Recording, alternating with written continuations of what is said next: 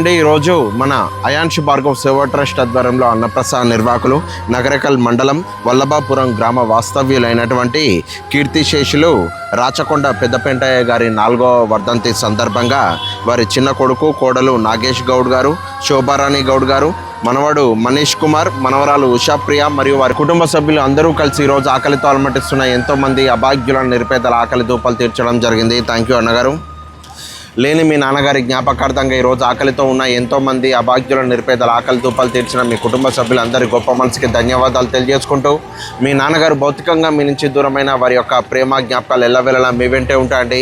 మీ కుటుంబ సభ్యులందరి సంతోషంలో మీ నాన్నగారు ఎప్పుడు బ్రతికే ఉంటారని తెలియజేసుకుంటూ, ఈరోజు మీరంతా ఎంతో పుట్టెడు శోకంలో ఉన్నా కూడా లేని మీ నాన్నగారిని స్మరించుకుంటూ ఈరోజు ఇక్కడ ఇంతమంది ఆకలి దూపాలు తీర్చడంలో మీ నాన్నగారు బ్రతికే ఉన్నారని నిరూపించారు.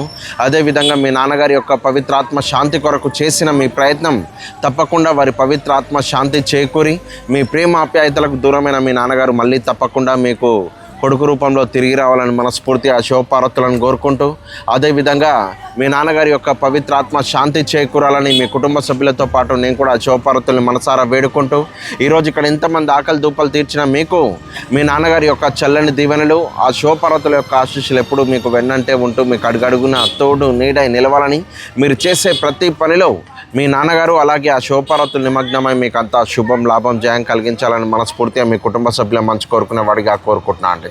థ్యాంక్ యూ అండి.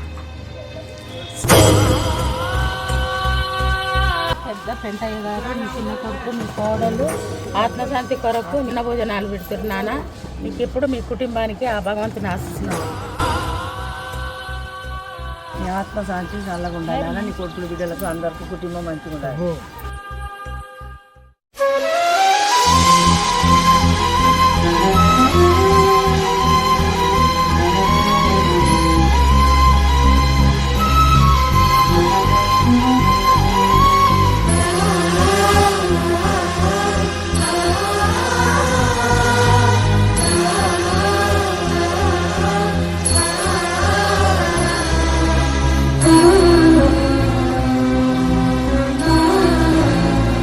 ఆత్మశాంతి చల్లగా ఉండాలి. అన్నదాత సుఖిభా. ఓం నమ శివాయ. మీరు మీ కుటుంబం చల్లగా ఉండాలి. ఎల్లవేళ ఆ శివపార్వతుల ఆశీస్సులు మీ కుటుంబానికి మీకు అందరికీ ఉండాలని కోరుతున్నాం. ఓం నమ శివాయ.